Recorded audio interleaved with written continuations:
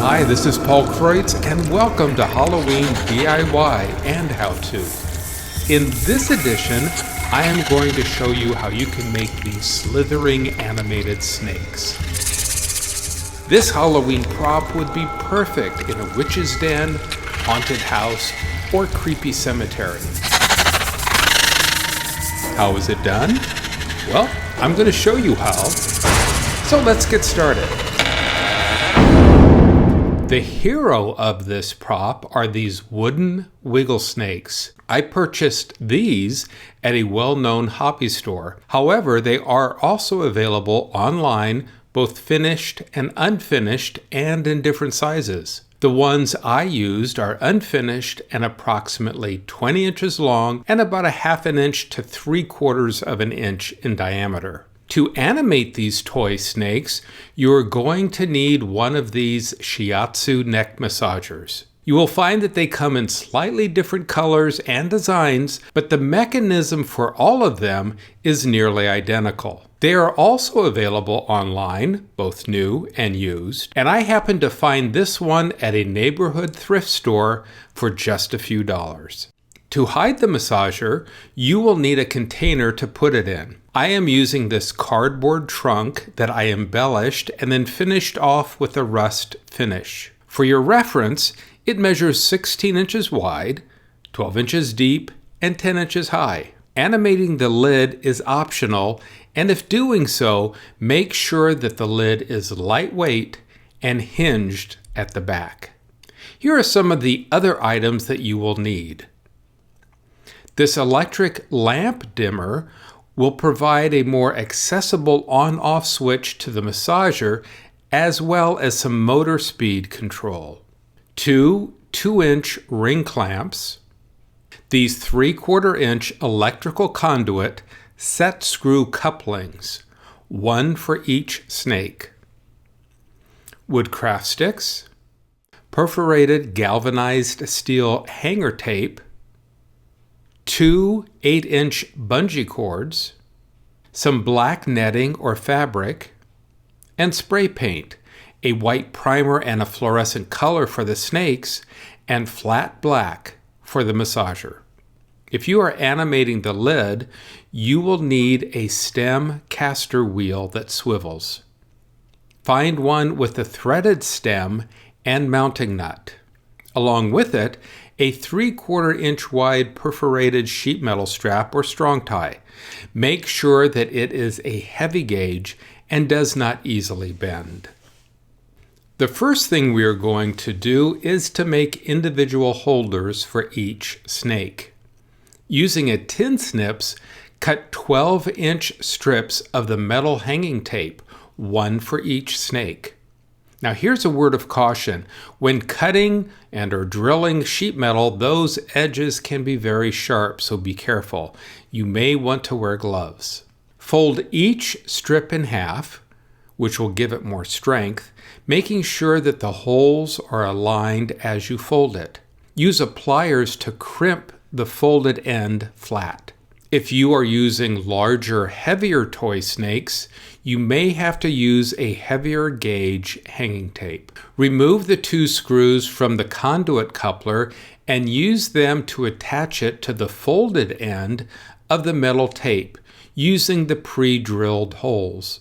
If the holes do not align with the spacing of the coupler screws, carefully use an appropriately sized metal drill bit to adjust the size and spacing.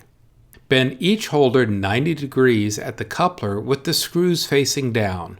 The end result should look like this, and repeat this for each holder.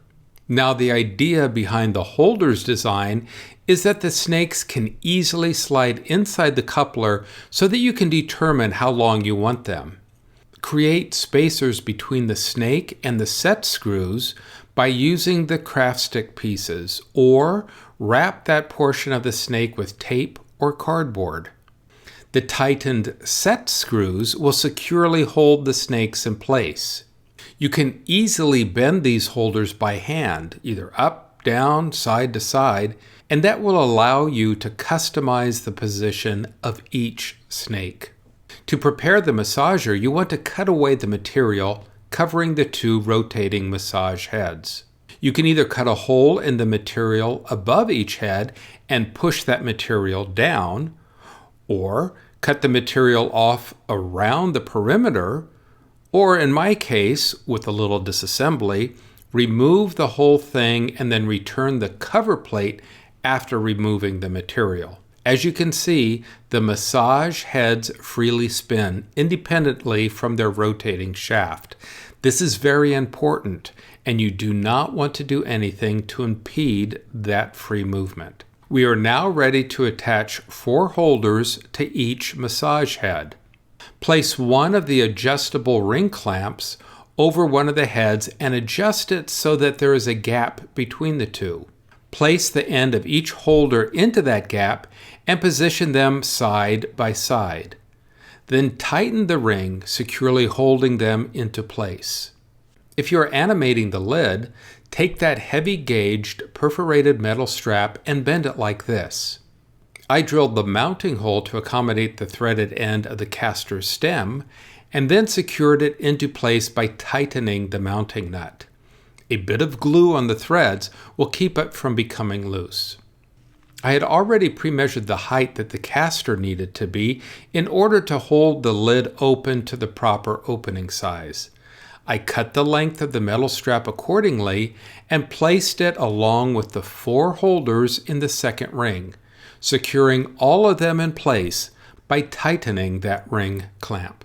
To keep the holders facing in the proper direction, attach one end of the bungee to a strap and the other end to the handhold of the massager. When done, it should look and perform like this.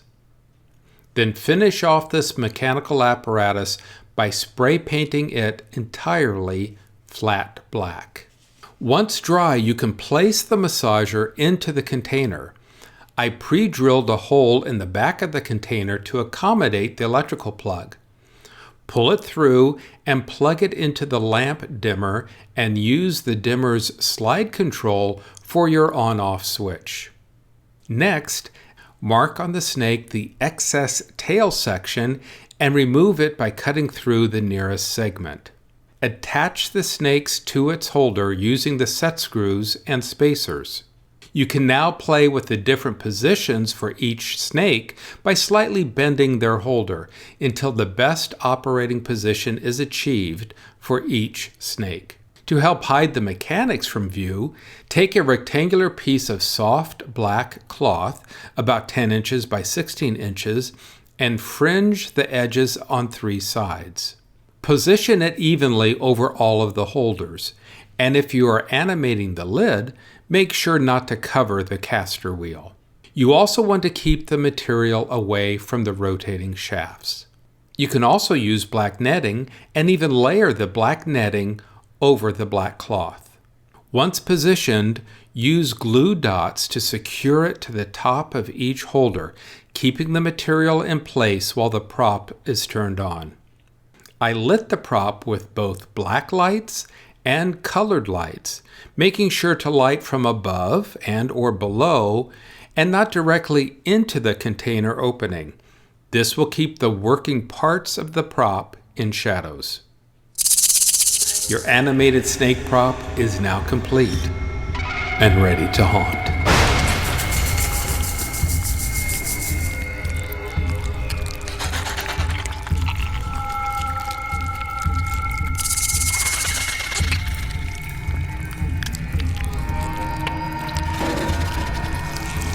To help us produce more of these videos, please subscribe to our channel as well as like and leave a comment on our videos.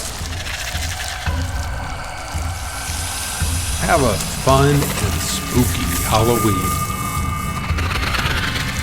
And thanks for watching.